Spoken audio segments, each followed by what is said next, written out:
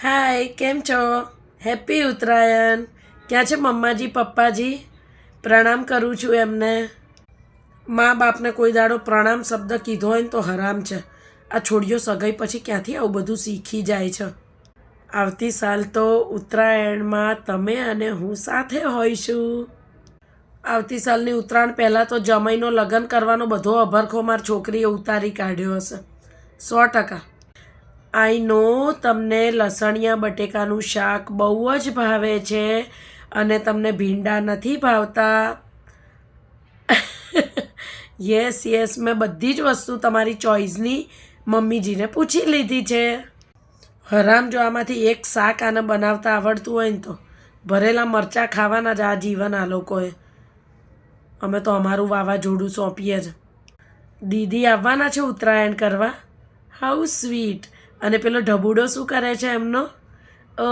Give my lots of love to him. નાના છોકરાઓને મોઢામાં મરચું નાખી દે છે અને અત્યારે નણંદના છોકરાને વાલ કરવામાં પડી છે. હે ભગવાન, ક્યાંથી આ બધી એક્ટિંગો શીખી છે?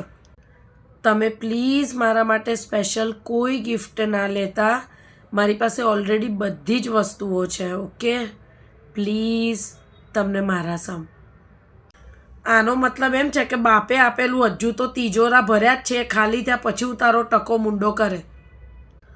મને એક ડ્રીમ ફેમિલી જોઈતું હતું જે મને મળી ગયું છે. Thank you so much.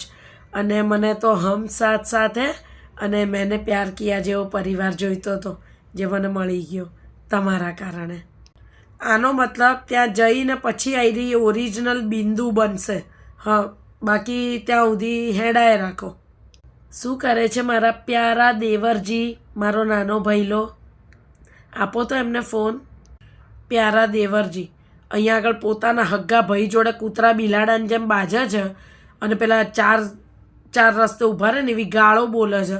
અને પ્યારા દેવરજી, હે ભગવાન. ઠીક છે, હવે રાખું છું. અને કાલે કદાચ અમે લોકો લગ્નની શોપિંગ કરવા જવાના છે તો હું તમને ત્યાં આગળથી વિડીયો કોલ કરીશ.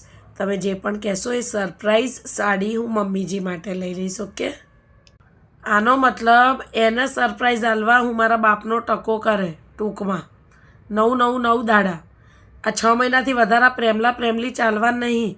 અત્યારે તો આ બધું ફોન ઉપર ચાલે છે. 24 કલાક એકબીજાને જોડે રહેશે ને પછી એકબીજાને ભૂલ ખબર પડશે કે લગ્ન એ કઈ મોટી ભૂલ છે. અને હું તો મારા વસ્તારને ઓળખું ને.